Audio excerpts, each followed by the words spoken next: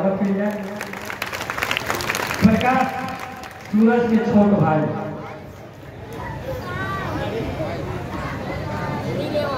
मीना भाई तू फिक्र मत करो, हम जब तक जियो जब तक हम तेरा साथ दे। प्रेमचंद प्रकाश के दोस्त हमारे। क्या मजाक करो तड़िया, तुम तो हमारे प्रेमी हो। हरदेव सूरज और प्रकाश के चाचा हमारे।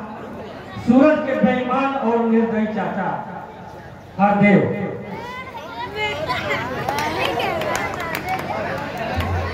नाम दिया जी, यानी कि हमें को बैठाना दे, मिठवा का बना दे इतना।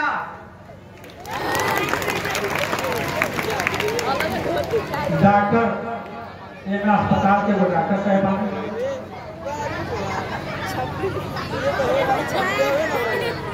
अच्छा सोच समझ के काम करा जा। मास्टर प्रकाश के शिक्षक, जहाँ प्रकाश पढ़े जाता वह शिक्षक बने। आदमी की जिंदगी में कौनो फिक्र ना छोड़ेगा। श्यामो प्रेमचंद के दोस्त, सुखी परिवार, धनी परिवार से बने। ठीक बा, अब उहे लड़की से शादी कर ले। देशलाल श्यामू के पिता, देशलाल श्यामू के पिता। अब तू फिक्र काहे करत पड़ो? बड़ा बाबू ऑफिस का हेड क्लर्क। पागल तो एको सही नहीं थे, इधर को धोखाधड़ी के केस चलता। ललन हरदेव के छोट लड़का।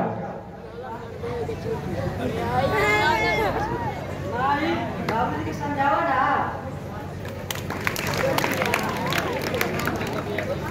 थोड़ा देर थाम के रहा था।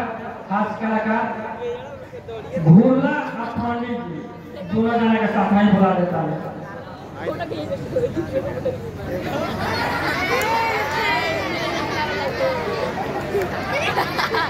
काकी हो काकी, हम पहला दिन कैसे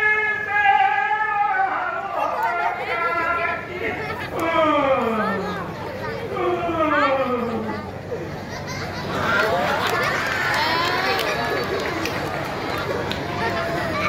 अरे चिरवा, कबो चिरवो? ए गुरुजी, अरे बल्टिया में पानी भर ले आनू। हाँ गुरुजी। ठीक बा ए गुरुजी। अरे उनको ऐसे कर ले। जी गुरुजी। बाबा, हो में क्या बा? ये में हो में कुछ ससुरा कहेंगे। कुछ दोसर बात नहीं खेलो। अरे सौसे लगा के पूरी यही के बा।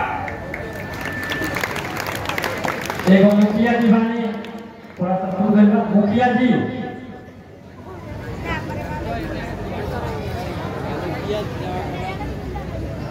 ये क्या कहो तो हम हो? तू तो राधागिरी दर हो तो। स्त्री पर सीता माई सूरज और प्रकाश के विधवा मां बीमार हो।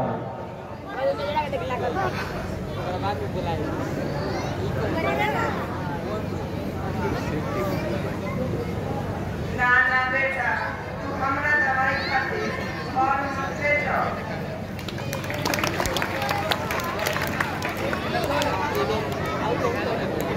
मीना सूरज और प्रकाश के सभी बहन।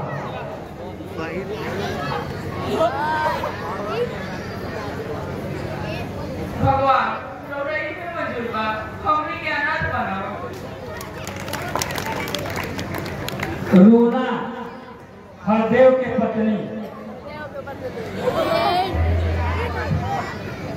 अरे तोहनी के माई पूरा चलिया, सब के मार के खा गई।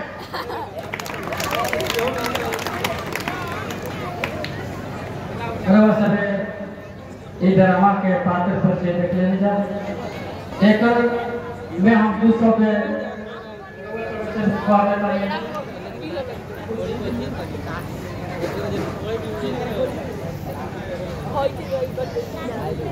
माई के चेहरा में भगवान नजर आवेला, माई के चेहरा में भगवान नजर आवेला, ओकर आशीर्वाद से हर काम सवर जाला, ओकर आशीर्वाद से हर काम सवर जाला, माई के दुआ से हर दुख दूर हो जाला, ओकर ममता से जिंदगी खुशबू बन जाला। तो ये ड्रामा में रोज सब ये देखे के मिली कि जौन प्रकाश और सूरज बा गरीब बा, उनकर माई बीमार पड़े, माई के बीमारी में वो अपन चाचा से कुछ कर्जा मांगे जाता, लेकिन चाचा उनका का करता इनका तो पैसा देता नहीं था, क्या होता वो तो ड्रामा में देखे के मिली। ओकरा बाद मुखिया जी बड़ा अच्छा काम किए, दोनों लड़का के सवार के आगे के ले चलता नहीं।